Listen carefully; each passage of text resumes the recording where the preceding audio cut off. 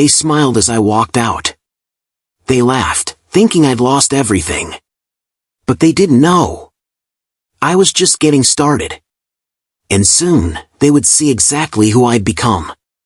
My name's Ryder Callahan, 44. I manage operations at a mid-sized tech firm in Denver, Colorado. Every morning, the smell of strong, burnt coffee hits me before the sun does. The hum of fluorescent office lights greets me as I swipe into the building. I hear the muffled laughter of interns by the vending machine, the clatter of keyboards, the faint scent of printer ink mingling with stale air.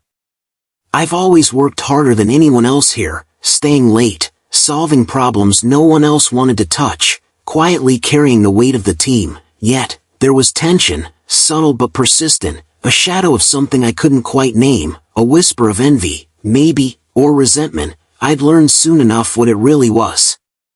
Then came Brennan Voss, my so-called friend and colleague, the golden boy everyone adored. He smiled as he leaned on my desk one afternoon, casually sipping his latte. "Ryder, you've done your part," he said, voice smooth, dripping with entitlement. "Time to step aside."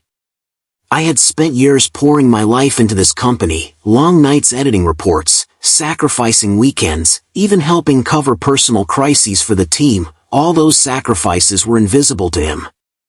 I remember one Friday night, fluorescent light flickering above me, the bitter taste of cold coffee lingering, as I stayed late correcting a project. Brennan took credit for the next morning, and he smiled at my exhaustion like it was a performance he'd orchestrated.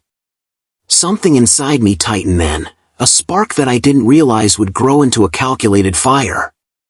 The betrayal hit like a punch to the chest. One Monday, in the conference room packed with executives, Brennan announced a new partnership, one I had spearheaded. My months of effort, my sleepless nights, gone in a few sharp sentences. "I guess it's official. Brennan's taking over your project, Ryder," one of the execs said quietly, eyes flicking to me. I could feel my hands clench, the bitter metallic taste in my mouth, heart pounding like a war drum. I smiled, just enough to hide the shaking. "Of course," I said, voice calm but hollow. Inside, a storm raged. Every glance, every congratulatory pat on Brennan's back, every laugh I wasn't part of, it all fueled a fire I would harness. They celebrated my exit, and I let them think they had one. That night, alone in my apartment overlooking the city, I planned, not with anger, but precision. I traced every deal, every connection Brennan had leveraged. I worked quietly, contacting key partners, subtly showcasing my expertise elsewhere. I created a strategy that relied on patience, subtle influence, and undeniable proof of my competence. Every email, every call, every LinkedIn message was deliberate. I didn't rush. I observed. I waited for the exact moment to strike. The hum of my laptop, the faint aroma of reheated coffee, the cool Denver night pressing against the window. I was calm. My resolve was absolute. They had celebrated too soon. The panic came slowly at first. Brennan's phone wouldn't stop buzzing. Urgent calls, frantic texts. "Ryder, what are you doing? Stop this," one message read. I didn't respond immediately. Instead, I let it sit, letting the tension tighten like a vice. Every text that blinked across my screen was another crack in his confident facade. He called the office, demanding meetings, pleading with HR, trying to salvage his crumbling influence. Meanwhile, I remained composed, minimal responses, polite professionalism, letting my work speak for itself. Every phone vibration, every email notification, every frantic meeting he scheduled fed the storm I'd carefully built.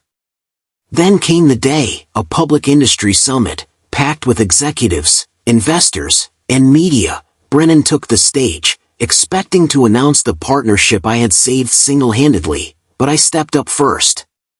I presented the project flawlessly, citing original research, strategy, and results, all meticulously documented. The audience erupted in applause, faces froze, Brennan's confident smile faltered. No words needed from me, every glance he threw was powerless. The very people who had celebrated my exit watched him shrink, humiliated, while I stood tall. This was justice, quiet, undeniable, public. Brennan's reputation crumbled, clients withdrew, partnerships dissolved, and his allies quietly distanced themselves. Meanwhile, I finally exhaled. I learned something profound that day. Patience, dignity, and unwavering commitment to your values triumph over betrayal. Revenge doesn't need to be loud, it needs to be inevitable.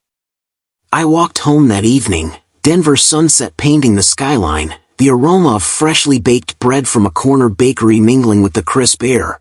Peace isn't about punishing others, it's about reclaiming yourself. Now, I wake up without bitterness, savor my morning coffee, and feel the quiet satisfaction of knowing my worth. Sometimes the sweetest victories are the ones nobody sees coming. Have you ever been betrayed like this? Share your story in the comments, I want to hear it. Subscribe for more stories where patience, resilience, and a little strategy change everything. Remember, dignity isn't given, it's earned.